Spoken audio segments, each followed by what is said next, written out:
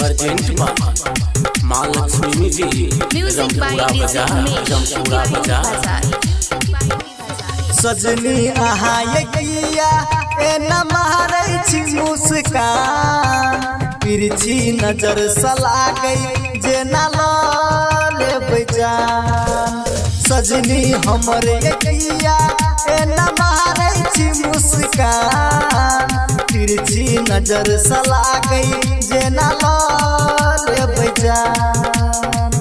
16 के जवानी तै पर खुलल बाल, एबै कहिया अंगना सजनी आही के छै मान। कंगना पहिर के छम छम रोज करब हमर जान, एबै कहिया अंगना सजनी आही के छै मान। कंगना पहिर के छम छम रोज करब हमर जान, कंगना पहिर के छम छम। म्यूजिक बाय डीजे उमेश बाजार। नहीं ना सनाई न लड़लै आहा सजहिया, भूख प्यास चैन सजनी उड़ल हमर तहिया। नहीं ना सनाई न लड़लै आहा सजहिया, भूख प्यास चैन सजनी उड़ल हमर तहिया।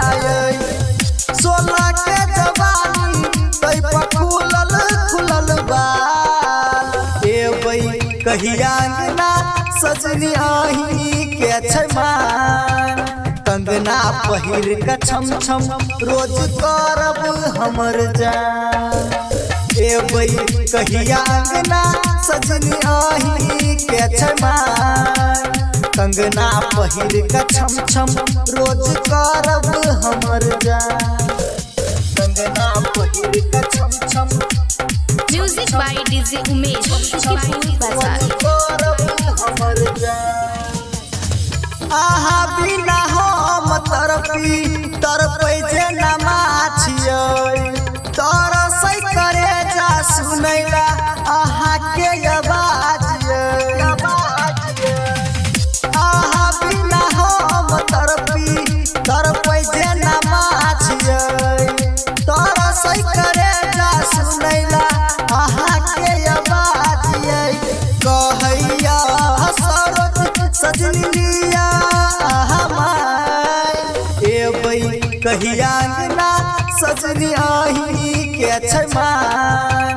कंगना पहिर के छम छम रोज करब हमर जान, एबै कहिया अंगना सजनी आही के छै मान।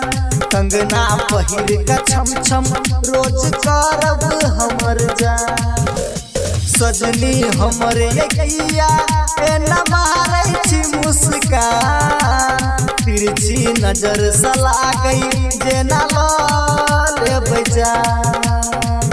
16 के जवानी तै पर खुलल बाल, एबै कहिया अंगना सजनी आही के छै मान।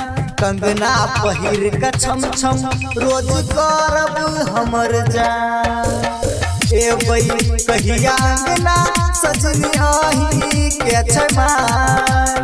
कंगना पहिर के छम छम रोज करब हमर जान।